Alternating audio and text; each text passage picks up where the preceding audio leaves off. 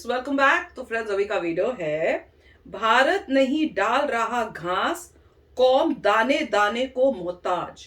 मुझे लग रहा है पाकिस्तान की न्यूज है, क्योंकि जब हम इंडिया में थे तब काफी न्यूज आ रही थी कि बहुत फ्लड्स आ रहे हैं, बुरा हाल हो रहा है। तो मुझे लग रहा है उसी से रिलेटेड होगा।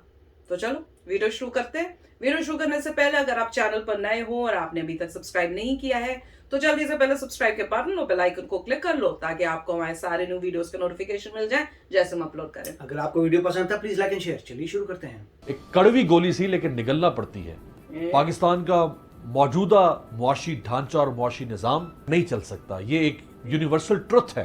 तो ये भारत के साथ ट्रेड करने में क्यों इमरान खान साहब जो हैं वो डर जाते हैं? और जिस तरह की अभी क्राइसिस से हम गुजर रहे हैं और इस क्राइसिस में जिस तरह बीमारियों ने आना है और आ गई हैं और उन्हें फूटना है। हमारे पास तो अभी वेजिटेबल्स है ही नहीं, हमारे पास तो अभी खाने पीने की चीज़ें कम है। उससे तो हमें, मेरा नहीं ख्याल कि हमारे बिजनेसमैन को कोई नुकसान होगा।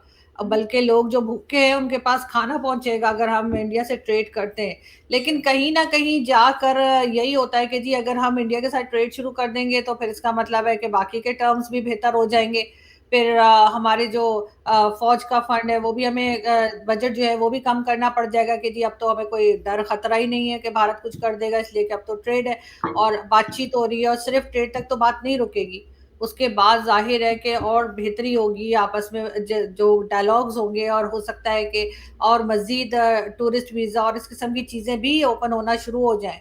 और कश्मीर का इशू जो है वो तो कभी सॉल्व होने वाला नहीं, वो तो हमने जिंदा रखा हुआ है और हमने इसीलिए जिंदा रखा हुआ है कि हमें उससे कमाई करनी है और वो एक कमाने का जरिया है। जिस दिन कश्मीर का इशू सॉल्व हो गया उस दिन तो पाकिस्तान में बहुत से लोगों की दुकानें बंद हो जाएंगी। फिर वो कहेंगे अब हम क्या करें, अब हम किसके नाम से जो है वो पैसा बटोरे। जो जगह जगह यहाँ पे बॉक्सेस भी लगे होते हैं मार्केट्स में, और ये जो है जिहादी तंजीमें या कहना चाहिए जो एक्सट्रीमिज्म फैलाते हैं मदरसे वाले, उनके भी बॉक्सेस लगे होते हैं और वो कश्मीर के नाम पे फंड ले रहे होते हैं, कभी किसी नाम पे फंड ले रहे होते हैं। तो वो सब कुछ तो खत्म हो जाएगा ना, फिर तो कहानी कुछ और हो जाएगी।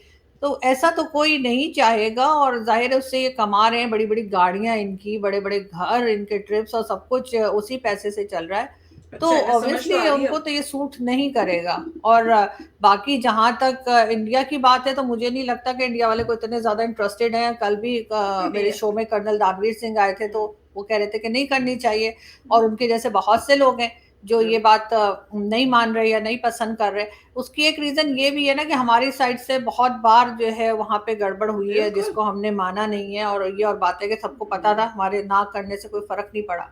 मगर फिर भी गवर्नमेंट डर भी नहीं रही है। लेकिन गवर्नमेंट को हो सकता है ये हो कि जाहिर है अभी ये कोशिश कर रहे होंगे कि कहीं और से बंदोबस्त हो जाए तो ज्यादा अच्छा रहेगा, क्योंकि भारत के साथ जाहिर है कि ये टर्म्स अपने जो है खराबी रखना चाहते हैं। ये नहीं चाहते कि उस लेवल तक जाएं कि जहाँ पे इनको ये कहना पड़े कि जी भारत हमारा दुश्मन नहीं है।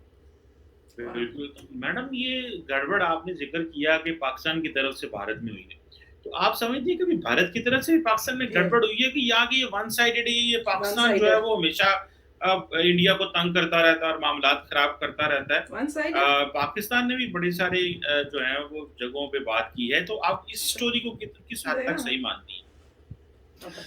देखें, पाकिस्तान की तरफ से तो कई चीज़ें हो चुकी है ना, चाहे वो पुलवामा हो, चाहे वो मुंबई अटैक्स हों, और इस किस्म के जो अटैक्स वो बात करते रहते हैं वो सब हैं, रिकॉर्ड पे मौजूद हैं। और ये नहीं कि मैं कह रही हूँ बल्कि सभी कह रहे हैं, और ये चीज़ साबित भी हो चुकी है कई जगह। लेकिन भारत की तरफ से जाहिर है कि अगर दोनों तरफ की एजेंसीज जो हैं उनका, वो तो ये काम करती होंगी कि कुछ ना कुछ हो सकता है बलूचिस्तान में लोगों को भेजते हो या कुछ करते हो, जो कि बड़ा मुश्किल है, उनको ज़रूरत नहीं है। क्योंकि जो हालत हमने अपनी कर ली है और जिस तरह से हमारी इकोनॉमी भी जो है वो खराब हो चुकी है और बाकी सारी चीजें जो हमारी चल रही है, सारी दुनिया हमसे अलग है, कोई हमें लिफ्ट नहीं करा रहा। तो उसके लिए भारत को कुछ करने की जरूरत नहीं, हम खुद ही अपने लिए काफी है। लेकिन जाहिर है कि इंडिया को अगर जहां मौका मिलेगा तो कुछ ना कुछ पाकिस्तान में भी होता ही होगा। मैं ये नहीं कह रही कि सिरे से कुछ नहीं होता होगा, वो बिल्कुल कहते होंगे नहीं नहीं हम साइड पर हैं, लेकिन इतने उस स्केल पे नहीं है जिस स्केल पे पाकिस्तान से कहा जाता है। और बाकायदा पहले तो हाफिज सईद वगैरह अनाउंस किया करते थे कि जी हम यहाँ से लड़के तैयार करके भेजेंगे कश्मीर में। तो पता नहीं कश्मीर का फोबिया इनका कब खत्म होगा। क्या इनको जो है वो पूरा मुल्क इन्होंने जो है कश्मीर के पीछे तबाह पूरा कर दिया। मुल्क का बेड़ा गर्क करके रखा हुआ है कश्मीर के लिए। भाई आप पहले इधर तो कुछ ऐसी चीजें कर लीजिए ना कि वहां से जो कश्मीर के लोग हैं वो अट्रैक्ट हो इधर, कि जी यहाँ तो बड़ा कोई दुबई या पता नहीं पेरिस हमारा बना दिया है डायलॉग कि है। वहां से लोग कहें कि हाँ जी हमने सब वही पाकिस्तान के बोलने साथ लगे जाना हैं। है। यहाँ पे लोगों के पास खाने को नहीं है, एजुकेशन नहीं है, कोई चीज नहीं है।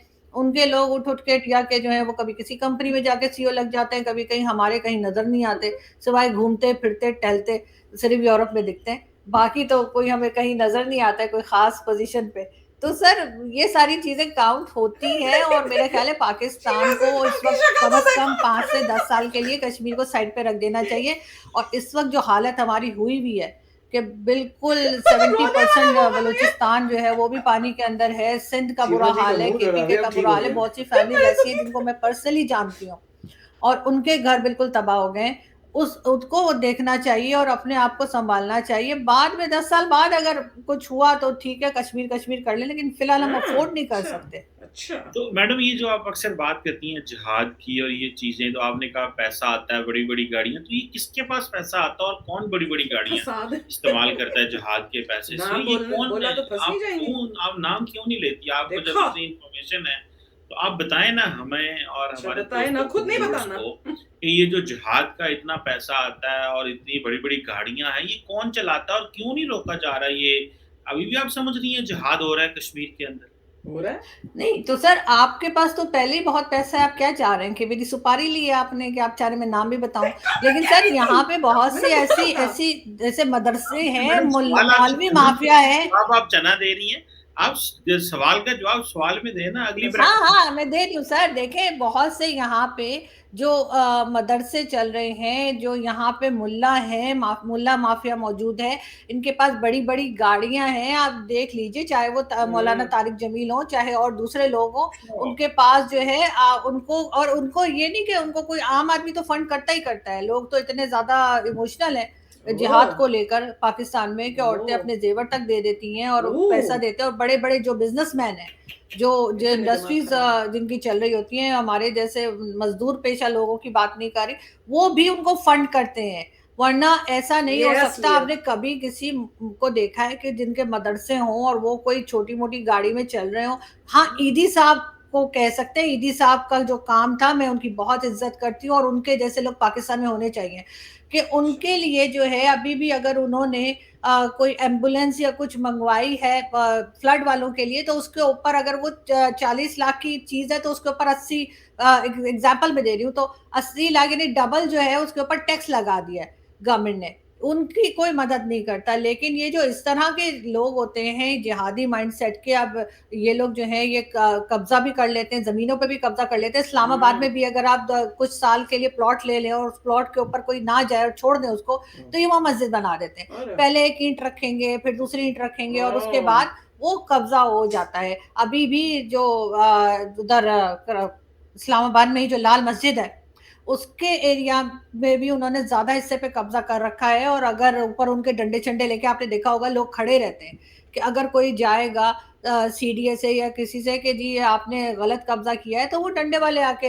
मारपीट भगा देते हैं। और यही लोग, हाफिज सईद ने बहुत बार ऐलान भी किया था, उसकी वीडियोस होंगी पुरानी हाफिज सईद की। उसने कहा कि हाँ जी मैं लड़के तैयार करता हूँ और मैं उनको जो है वो कश्मीर में भेजता हूँ और हम कश्मीर में जिहाद कर रहे हैं। अरे आप किस बात का जिहाद कर रहे हैं? जिहाद ये होता है कि आप जाके लोगों को मारें, उनका नुकसान करें? या जिहाद ये होता है कि आप अपने अंदर के शैतान को मारें? यहाँ पे लोगों को खाने के लिए नहीं है, इनको जिहाद की सूझ रही है। तो ये सब इसीलिए होता है। कभी देखा है किसी मौलवी को, जो टीवी पर भी आते हैं, बहुत से लोग आते हैं, मौलाना अशरफी हैं और कई लोग हैं, मैं किस किस के नाम लूं आपको कि सारे मेरे पीछे पड़ गए, मेरे घर का दरवाजा तोड़ दें। लेकिन ये है कि ये सब लोग जो है, इनके पास इतना इतना पैसा होता है। मैंने तो आज तक कोई गरीब मौलवी देखा नहीं, कोई गरीब मदरसे वाला देखा नहीं, और ये बच्चों के जहनों में जहर भर रहे होते हैं और अनफॉर्चुनेटली हमारे लोग इनको फंड कर रहे होते हैं। यार ये वीडियो बड़ी मजेदार थी। बेस्ट पार्ट यही था कि पाकिस्तान में बैठकर उन्होंने पाकिस्तान में क्या हो रहा है उसकी पोल खोली है और बताया है कि जो मौलाना है, कभी आपने देखा है छोटी गाड़ियां, उनकी कितनी बड़ी बड़ी गाड़ियां हैं, उसी से पता चल जाता है कि ये जो है क्या गफले चल रहे हैं वहां पर। तो देख लो, सारा साफ क्लियरली बताया। और ये जो चीमा साहब हैं, इनको फंसाने की कोशिश कर रहे थे। मैंने कहा ये फंसा रहे हैं, बिल्कुल। जिस तरह से उनको वो एक नाम लें, और वहां पाकिस्तान में तो पता ही है सबको कि कैसे जो है किसी की जान के दुश्मन बन के उनके पीछे पड़ जाते हैं। उन्होंने कहा भी था, देखिए पहली बात तो चीमा जी ऐसे एक्ट कर रहे थे जैसे वो पाकिस्तान में नहीं रहते, कहीं और रहते। हाँ, कि कुछ पता ही नहीं जी मुझे। वो तो ऐसे एक्ट कर रहे, रियली अच्छा, रियली, तो मेरे को यार आप पाकिस्तान में रहते कहीं और रहते हैं, पता नहीं चल रहा। और जो आरजू थी वो काफी बातें कह रही थी बोल्डली, और उन्होंने ये भी कहा था जिस तरीके से तुम मुझे कह रही हो कि नाम बताऊं, तुमने कोई सुपारी निकालनी है, ऐसा कुछ था।